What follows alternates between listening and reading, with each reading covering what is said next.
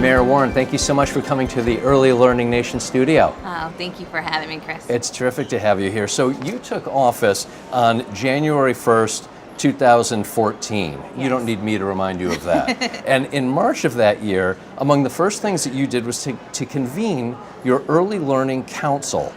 What was that, and why did you prioritize it so significantly just 2 months into your tenure? The Early Learning Council was a council made up of experts, parents, and just community leaders around the issue of early education. We needed to make sure that we give our children a fighting chance at life. And what we found was that the data was telling us that the formative years were the most important.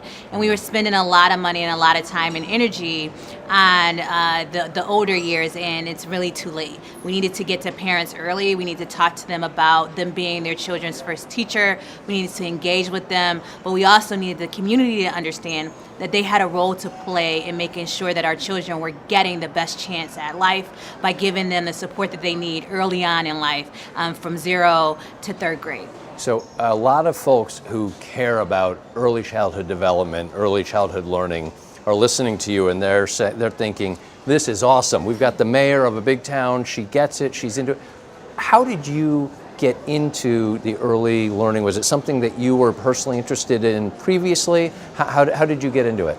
So I have a daughter, and so I know what it was like for me when it was time to enroll her in a daycare program and a high-quality pre-K program, and I could sympathize with other parents, but I also know the challenges of our city and many of our children growing up and living in poverty. Being the 3rd largest city in New York State, we had challenges, and so we wanted to make sure that we were working with the experts that told us that we needed to make more investments in early childhood learning. And the city school district is not necessarily under the mayor's control, but our libraries, our recreation centers, and what we do with children before and by kindergarten was in our control. And so we wanted to make the investments that we could in making sure that parents understood that we were their partner in this, and we wanted their children to be able to succeed.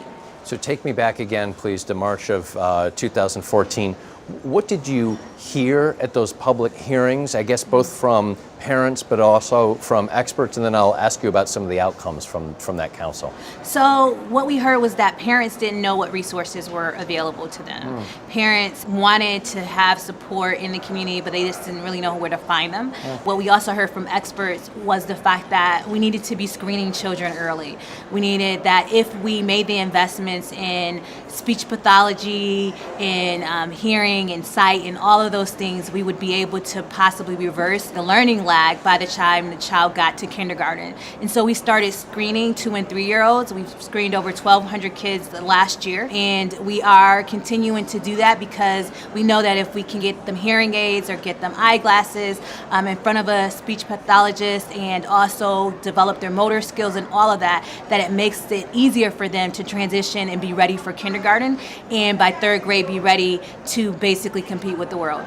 So I want to ask you in a moment about the 3 to 3 initiative. You can't Google Mayor Lovely Warren Rochester and not also get the 3 to 3 initiative up in the results as well. But first, so the council that you ran in 2014 that we've been talking about came out with 4 recommendations, and you may not remember each one of them exactly. It's been 4 years, and I know I've forgotten a ton from 4 years ago. But can you tell me about some of those specific recommendations that the council came out with, and then let's talk about the 3 to 3 initiative. Okay, so the first thing was engage with parents early. We expect that parents know how to be parents, but what we found was that you just do what you know how to do or what was done to you, and we know that that's not always best for children. So engage with parents and have them be a part of the discussion.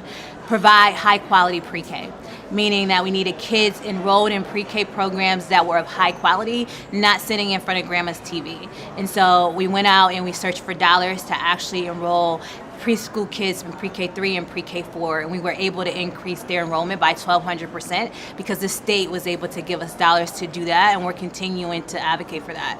The other part was that we needed to screen, and we needed to get involved early with our parents and with our children so that they had a fighting chance at life, and also, of course, reading at grade level by third grade. And so that's why it's 3 to 3.